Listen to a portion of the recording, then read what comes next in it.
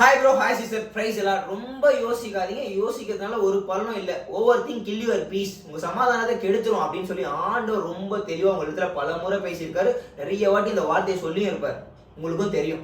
ஆனாலும் நீங்க ஐயோ என்ன ஆயிடுமோன்ற பயம். இன்னைக்கு ஆண்டவர் ப்ளீஸ் எதை பத்தியும் கவலைப்படாதீங்க, நான் பாத்துக்கிறேன். இந்த வார்த்தையை கேட்டு பல வாட்டி சொல்லியிருக்கேன், ஆனா இந்த வார்த்தையை திரும்பி கேட்டு சைலண்டா இருங்க அப்படின்ட்டு போயிடுவா, வார்த்தைக்குள்ள போயிடுவா, சீக்கிரம் போடா, நீங்களா வார்த்தைக்குள்ள போயிரு. மத்திய 11:28 வருத்தப்பட்டும் பாரம் சுமக்கிறவர்களே என் பிள்ளைகளே அப்படின்னு நானே சொல்றேன். அது இல்ல, நீங்கள் எல்லோரும், அதான் நமக்கு தான் சொல்லியிருக்காரு, நீங்கள் எல்லோரும் என்கிட்ட வாங்க, நான் உங்களுக்கு இளைப்பாறுதல் தரேன். எதுக்கு ரொம்ப யோசிச்சுட்டு இருக்கீங்க? உங்களை படைச்சது நான் தான்.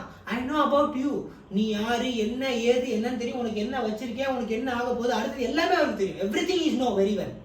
ஸோ அதனால he will take care of you. Don't worry about anything. உங்களுடைய வாழ்க்கையை குறித்து, உங்களுடைய வேலையை குறித்து, அடுத்து எங்க போவோம், என்ன பண்ணுவோம் அப்படின்னு அங்கலாய்ச்சிட்டு இருந்தீங்கன்னா உங்க கவலையை திருப்பி அவர்கிட்ட கொடுத்தீங்கன்னா அவர் இளைப்பாறுதல் தரேன்றார். அங்கதான் பீஸே.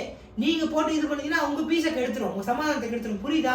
புரியல திரும்ப கேளுங்க, ரொம்ப தெளிவா புரியும். பிரதர் சிஸ்டர், அவர்கிட்ட வந்துருங்க, அவர்கிட்ட கொடுத்துருங்க ப்ளீஸ்.